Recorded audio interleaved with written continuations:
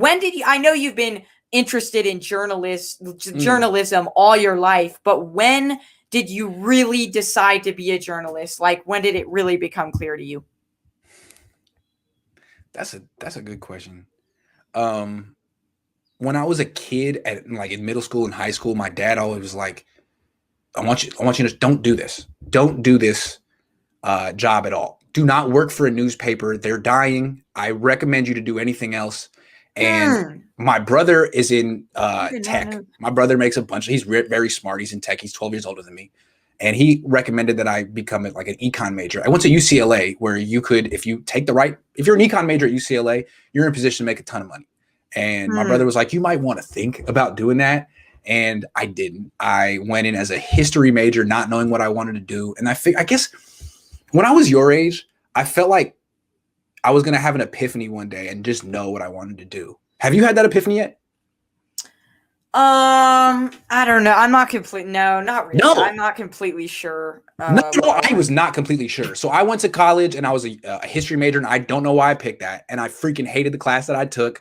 And I just remember my first round of finals that year, my freshman year, not being super interested in any of the classes I was taking at UCLA, which I wasn't surprised. I was surprised. I thought I'd be so interested in my college education, but I was spending so much time on before Twitter. Okay. There was a thing called forums, 49ers Web Zone. They still exist, but it was if you wanted to chat about the Niners, you went on web forums and you created an alias. And I'd be in there all day arguing about who should play right guard or what they should do with quarterback. And because to me, it was I like wasting time reading the forums, but I felt like they were kind of slow and no one really was, stirring the pot or advancing the conversation. So I needed to insert myself.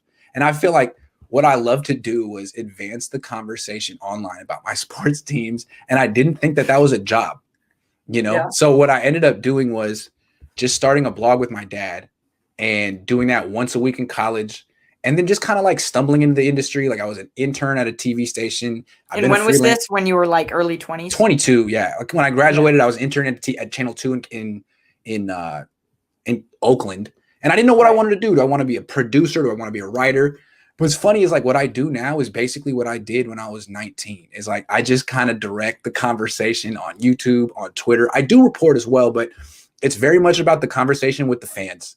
Yeah. And it's funny is if people remember 2007 warriorsworld.net, I was all upon that. Golden State of Mind. I was getting everyone all worked up about Andres Biedrins and Kevin Love back in 2007. I was doing that when I was 19. And they used to have these things on SB Nation. You could you could make your own posts. There were people who write there, but you could have the fan posts. And mine would have 200 comments. People would get mad, but you couldn't deny the fact that I was the center of attention on these little things, and I was addicted to it, and I still kind of am. That's why I can talk about the 49ers all day, every day. I'm addicted to this thing. So I guess that's when I realized that this is what my calling was. Not that I'm great at it. It's early just 20s, right? Late teens. Yeah. Just, it's it's an obsession. It's an obsession. Yes. And so you don't really have, because I noticed you guys mentioned this on your earlier shows with your dad, you don't actually have to go to journalism school to be a journalist, right? No, I didn't. My dad didn't. I mean, you should learn it, but you could read a book. You could learn on the job. I mean, how to cite sources. There's ethical things that you need to learn, but how to write, you learn that better in an English class than a journalism class. And you do need to express yourself via words, via English language. So me and my dad are big English major proponents. Most people don't think, well, how does that set you up? What does that help you with? Really, it helps you with everything. It doesn't get you a job, but once you get your foot in the door, it makes you stand out. I would recommend it. Right. What's nice here, let me give it to you on your terms, because that was terrible. Let me tell you how a 15-year-old would look at it. Look, if you're a history major, like I started out as, they'll give you an assignment all right, read these long ass textbooks that are really boring, and then write a 15-page paper on the politics, religion, culture, and economics of this region from this time period to this time period every time. And it's the most boring project you've ever done. But in English class, it'll be read this poem that's 200 words, and then interpret Like something about it, make a case, make a compelling argument about it in 800 words. It's like, oh, okay, I like this assignment. Yeah. That's way better. That way you're more efficient with your writing. Because if you were write for a newspaper or cover a team, you're not writing 15-page papers. You're in and out in about 500 words, 700 words, and you need to be efficient, which is a good skill. Right.